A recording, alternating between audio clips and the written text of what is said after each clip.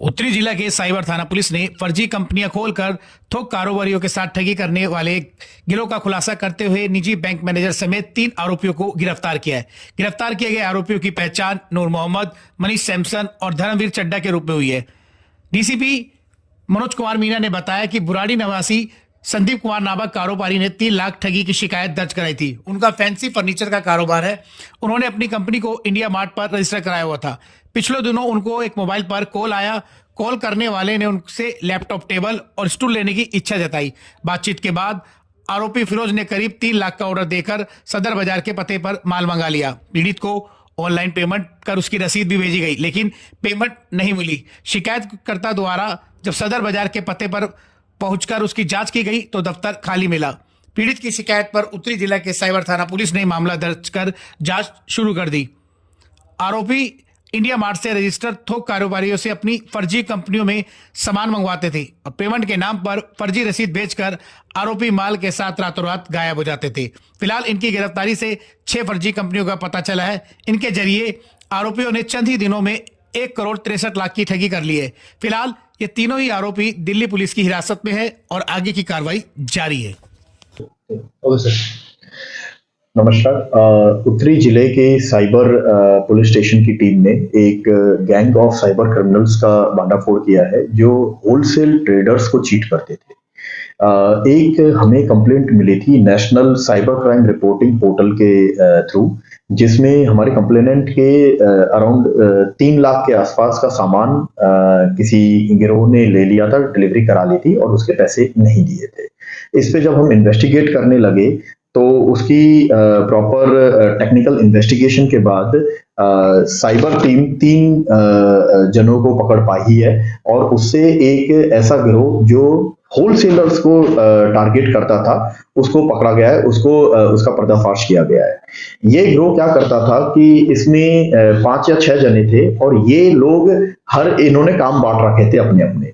इनमें से एक जो शख्स था उसका काम होता था कि वो एक ऑफिस सेटअप करता था, एक कार्यालय सेटअप करता था मेन बाजार के इलाकों में, जैसे सदर बाजार में इन्होंने इस केस में किया था। ये स्मार्ट सा अपना बोलचाल में अच्छा था, तो इससे ये विश्वास दिला देता था कि हम एक जेन्युइन कंपनी है। ये पूरा प्रॉपर बोर्ड लगा के, ताकि किसी को देख के पता ही ना लगे कि ये फर्जी कंपनी है या जेन्युइन कंपनी है। उसके बाद ये लोग किसी भी सामान की बल्क डिलीवरी की रिक्वेस्ट इंडिया मार्ट नाम से पोर्टल पे डालते थे। इस पोर्टल पे जब ये रिक्वेस्ट डाली जाती है तो जितने भी बल्क सप्लायर होते हैं उस सामान के, वो इनको क्वेरी करते थे और उस क्वेरी का रिस्पॉन्ड करते हुए ये वहां से सामान मंगवाते थे और उसका फिर पेमेंट ये ना करते थे या पेमेंट की रिसीट फर्जी बना के उनको भेज देते थे। जैसे हमारे वाले केस में उन्होंने पेटीएम की फर्जी रिसीट बना के उनको भेज दी थी। इस काम को अंजाम देने के लिए इन्होंने फिक्टिशियस कंपनीज खोल रखी थी। 6 कंपनीज हम आइडेंटिफाई करी है हमने अभी तक, जो ये चला रहे थे, जो कि टोटली बोगस कंपनीज है। इसके साथ ही साथ इनके पास मल्टीपल बैंक अकाउंट्स थे और ये सब काम करने के लिए एक बैंक के मैनेजर सेल्स जो अभी भी एम्प्लॉयड हैं, उनका ये सहारा ले रहे थे। वो इस गिरोह का एक्टिव मेंबर थे, उनको भी अरेस्ट कर लिया गया है। ये जो बैंक के मैनेजर थे, इनका काम होता था फर्जी दस्तावेज बना के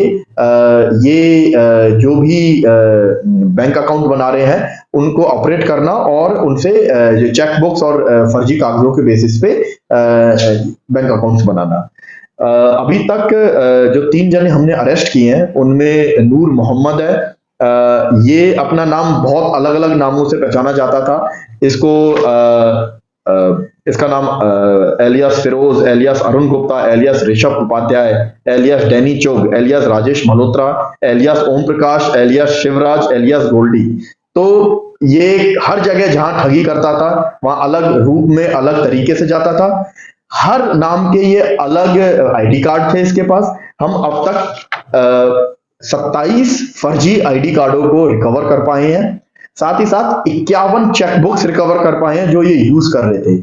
इस सामान को डिस्पोज करने के लिए इन्होंने एक अलग लड़के को रखा था जिसका नाम है मनीष सैमसन, जिसको भी अरेस्ट कर लिया गया है। ये इस सामान को डिस्पोज करता था और उसकी जो पेमेंट आती थी वो भी इन फर्जी बैंक अकाउंटों में आती थी, जिसको ये लोग साइफन ऑफ कर लेते थे।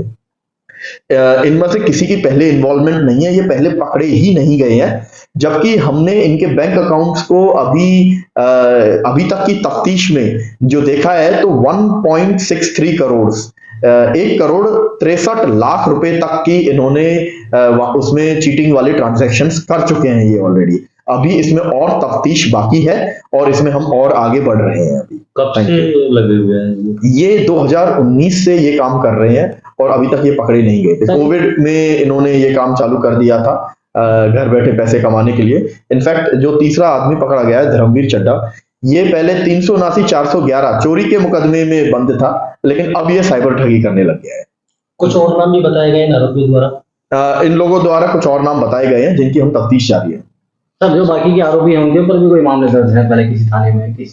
अभी उसकी कंफर्मेशन नहीं है, एक बार जब वो पकड़े जाएंगे तब हम उसकी कंफर्मेशन देंगे। दिल्ली में या दिल्ली से बाहर के शहरों में भी किया करते? ये एनसीआर रीजन में मेनली ऑपरेट करते थे। कितने का ट्रांजैक्शन अभी तक कर चुके थे? ये 1,63,00,000 का अभी तक हमें पता लगा है, लेकिन अभी तफ्तीश जारी है तो अभी और पता लगने की। इनके पास से बरामद क्या क्या हुआ?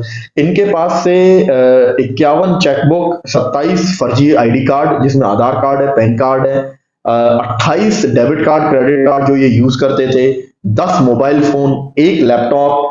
फिर इनके पास बल्क का काफी सारा सामान मिला है जो इन्होंने अलग अलग जगह से मंगवाया था, जैसे कि 1700 बैडमिंटन रैकेट्स, 200 के आसपास cricket bat, wooden carrom board, hair straightener 70-80, ऐसे काफी सारा सामान मिला इनके यहाँ से जो ये अलग अलग बल्क जो देते हैं उनसे मंगवाते थे और फिर उसका पेमेंट ना करके उसको डिस्पोज ऑफ कर देते थे।